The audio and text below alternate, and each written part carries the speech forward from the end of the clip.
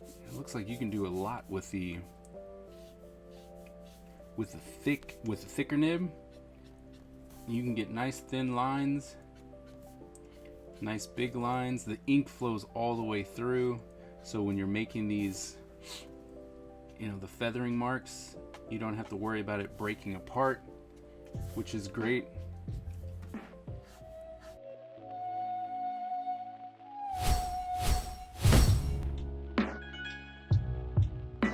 Hello everyone, and welcome to another episode of Is It Worth It, where I go around the world and the internet trying to find supplies that will make your job just a little bit easier, or so that you can enjoy the craft just this much more. Today we're going to do a pen, and I know that I'm normally doing markers, so it seems, but we are doing all kinds of art supplies, and today we are going to do the Pentel double point flex pen. And I am interested in this because I have used to be using the Tombow pens, and that has a flex nib, so I'm definitely interested in seeing what Pentel can actually deliver as far as their dual-ended pen and also flex brush. So let's go see if they're any good. Come on, let's go check it out.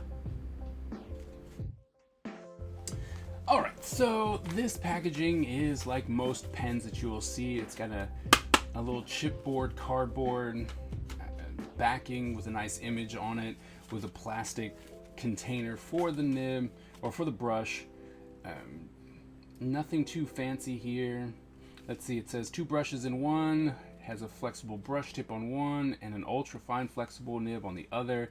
Nylon nibs, flexible brush holds its point, easy to create thin and wide lines, water-based black ink, perfect tool to add to your sketch kit, and the flexibility of this dual-ended brush makes the ideal for beginning artists. All right, well then, let's go check it out.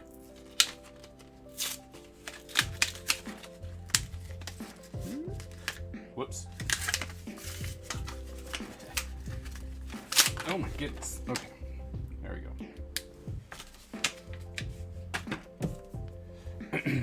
Alright, so the pen itself, it feels a little bit plasticky. I mean, it is plastic, but it has that plastic feel to it.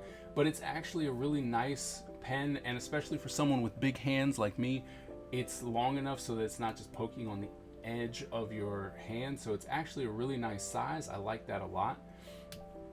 Ooh, wow, look at that nib. Right, that is a nice looking nib right there. Nice point. Okay, so let's try the cap.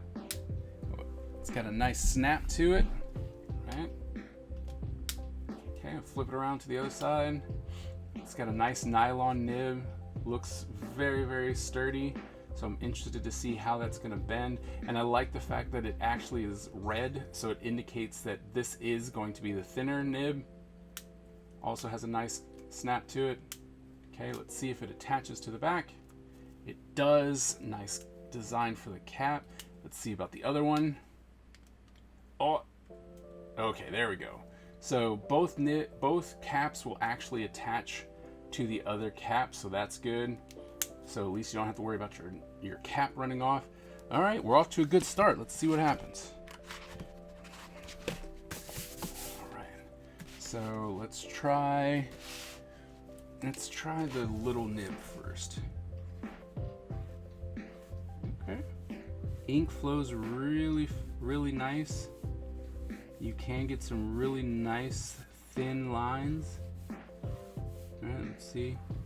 You push down a little bit, you do get these nice darker lines. And that's the one thing that I'm noticing right now, is that if you try and do the light touch and get a thin nib or a thin line, the ink is kind of gray. It's not necessarily black because it's not flowing enough ink out, but then once you actually start pulling on it, it is nice. And I think that's mostly because of the water-based ink, right? So it's not a very opaque black ink, but it does flow really nicely, right? You can get some nice feathering if you wanted to. Although in the end, when you start looking at it, you can really see that the feathering actually kind of breaks apart. There is no inking that happens there, right? Like you'd have to do it really, really slow with the little nib to make sure that the ink goes all the way. You can't just flick it like you could with most brushes, and because the ink just doesn't get all the way to the end. So that's going to be something to keep in mind. The more I use the pen, it seems as though it's having ink issues coming out of the thin part of it. So the ink comes and goes. So, and it's like, oh look, it'll flow here. Like these ones flowed really nice, but then these were not getting enough ink. So it might be having some issues with the actual flow of ink getting to this little nib. And from what I can tell with the nib, it's starting to actually form an edge here, right? It's gonna be hard to see, but it's actually forming an edge from where I started drawing. And so what that means is that the nib's actually not as sturdy as it could be, so it's not actually holding its shape. And so when you flip it over, you get thinner lines, but then no ink is coming out of it, right? And that's because when you go back to the way you were drawing, then the ink flows from there. So that's definitely something you're gonna have to keep in mind. The thin nib is not working as well as it could be. All right, so it's gonna try the other side. Okay. Oh wow, like that's really nice. All right, you can flow, like the big brush on this pen is actually really nice. Very, very nice. You know, if you have a light touch, the ink flows all the way through. I mean, all the way through. So if you're trying to do some nice kind of feathering, excuse me, some feathering with it, right? You're like, oh, here's some eyelashes or something, right? Or tufts of grass. For your inking, the big nib is actually fantastic. Like that's really nice, right? And then you can still get a very wide amount, so you could come in and just fill in a very large area very, very quickly. So that's really nice. And the brush itself is definitely holding up its shape. So it looks like you can do a lot with the thicker nib. You can get nice thin lines, nice big lines. The ink flows all the way through, so when you're making these, you know, the feathering marks, you don't have to worry about it breaking apart, which is great. All right, and it just flows really nicely. I think where this pen is really trying to get the most work out of it is definitely with the big brush. The ink even is more opaque, and I think that's solely because it allows for more ink to come out, so it looks more opaque than the little one does. But in all honesty, the brush itself, or the nib itself, is just better. It just seems to be of a higher quality. The thick brush, right? The thick brush is of a higher quality than the thin one. So I wonder, since it's water-based, let's see if let's throw out a marker real quick. We'll do this green. Okay, let's see how it works.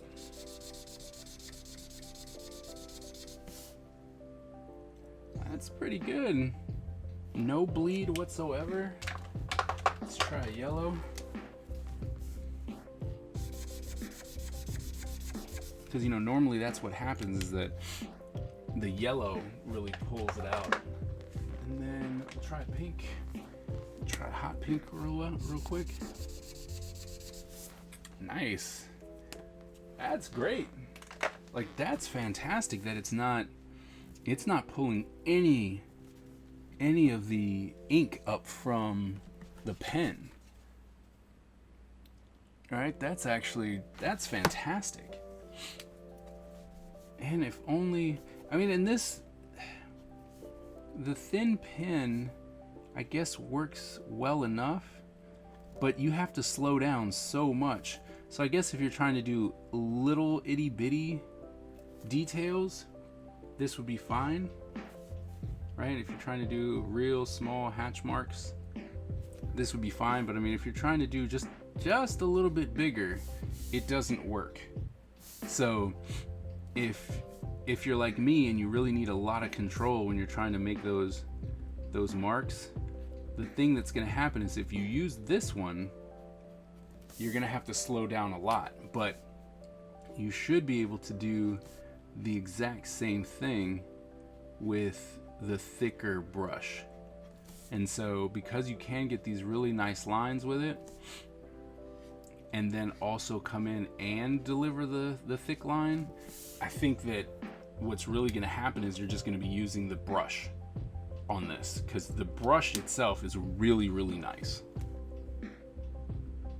So we just got done reviewing the Pentel Dual Flex Nib ink pen, and you know, it's worth it.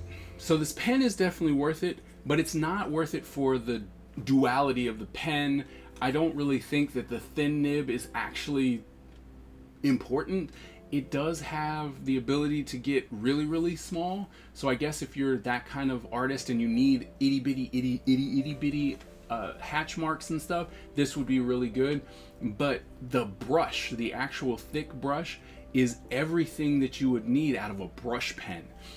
It was great. It flowed well. The ink went all the way through, so no matter how fast you went, the ink was there. It gave you really thin lines, it gave you really thick lines, and I think the biggest plus to this is the fact that if you inked your work with it and then came back over and you started markering, it wouldn't pull up the ink, and that's huge. That is absolutely huge. So it is worth it for the brush tip, not necessarily for the flex tip.